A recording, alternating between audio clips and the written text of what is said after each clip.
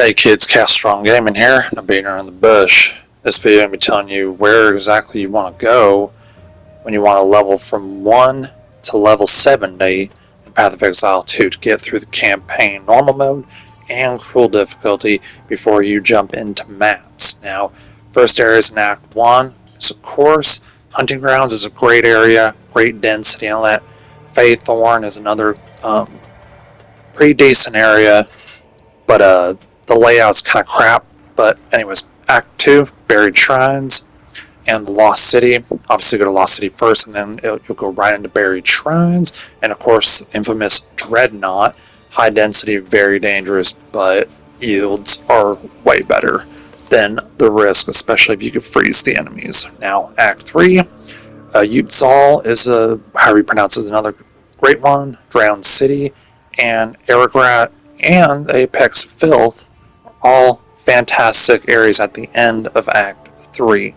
Now, I'm going to show footage here of each area, and I forgot to mention the Red Veil is the first area in Act 1. It's a low-level area, but the density here is fantastic, and also you go to those little, like, ritual things. They're not really rituals, but they kind of act like the same thing to activate the Rust King boss. You do those, it'll spawn a bunch of enemies, which does increase the density as well, and you can farm those as well, just as good. And honestly, it's great just starting out there. And there's 3 of them, and then on the 3rd one you'll activate the Rust King. So alright, next one is the Hunting Grounds. Now this area it's fantastic layout. I absolutely love it. This and the Argorn Farmlands, which the density there is not that great at all, but the layout's nice and flat. Not a lot of stuff gets in your way for the most part, other than some little hills. But anyways, density here is good. There's one ritual you'll come across that will spawn all the monsters you've killed recently, and you defeat all those. It's nice. The boss here is real easy as well. It's just great.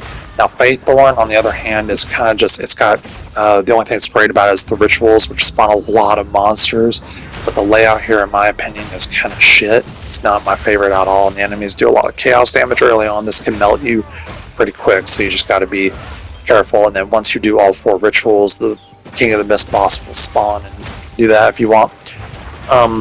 Next area is the Lost City in Act 2. Now the density here is incredible. Once again, the layout's kind of so-so, not my favorite, but the density is incredible, especially all those little beetles come out of nowhere and the statues come alive. It's just great, and it seems like every few feet you just run across monsters just back to back. And they're easy too. Most of them are melee, so it's nice.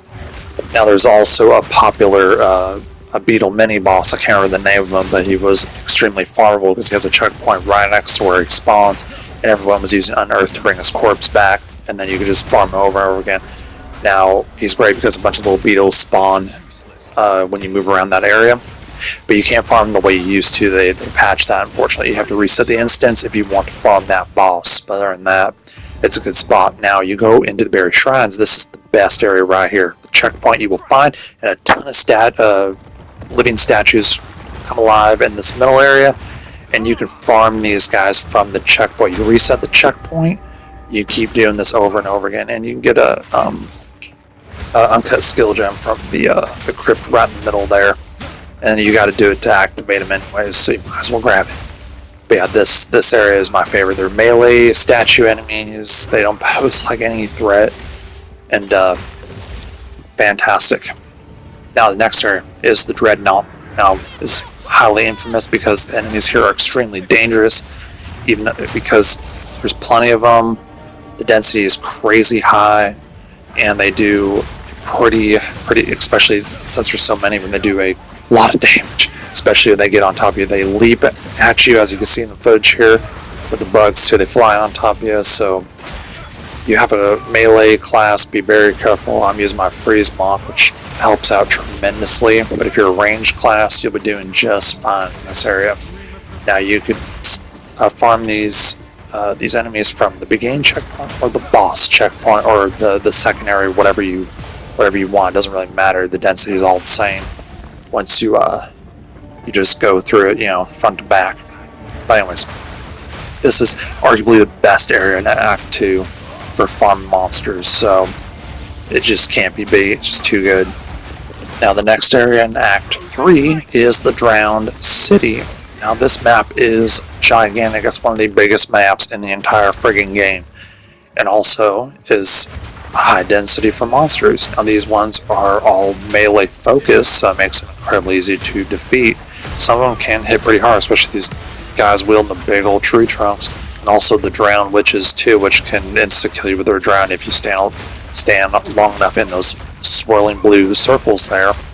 But other than that, they're really easy to fight. And also those big boys, when you defeat them, they can't explode if I remember correctly. So just be careful of that. It does do a lot of damage. Other than that, the enemies come out of the walls and everything, so their density is fantastic. Also these areas right here, the little random doors you come across, there'll be a checkpoint outside every freaking time. Go inside, there'll be guaranteed gold everywhere, and see, every time I've gone one, it's always been magic monsters and rare monsters. It's like guaranteed magic with a chance for rares, so those are great for farming. Now the next area is Utzal, however you pronounce it, I don't know. Density here, once again, fantastic, but the enemies are incredibly dangerous, so be careful. They get on top of you quick, they pin you down, they hit pretty hard, they do a lot of cold damage. I think they do some chaos damage as well, if I'm not mistaken.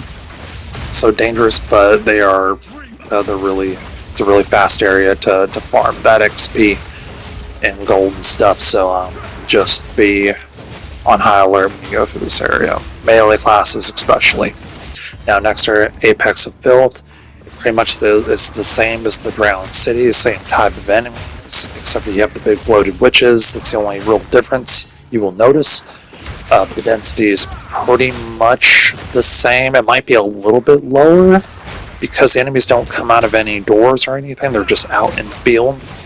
And so the density seems a little slightly less, but it is still good because they're melee enemies mostly, so they're easy to fight, and they yield good results. So now next area in Act 3 is Agarat, if that's how you pronounce it.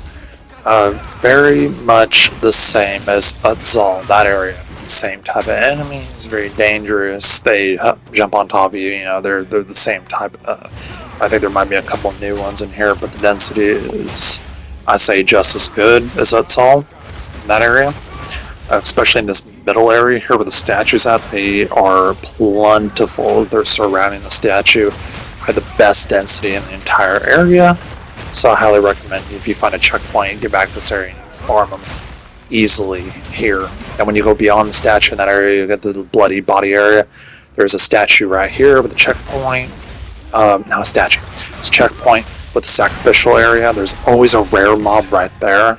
So if I remember correctly, you can farm it. So it is fantastic if you want a guaranteed rare enemy. So anyways, these are the best areas to level from 1 to 70 before you hit maps. Hope you all liked it. Catch you on the next video. Peace out, Cub Scouts.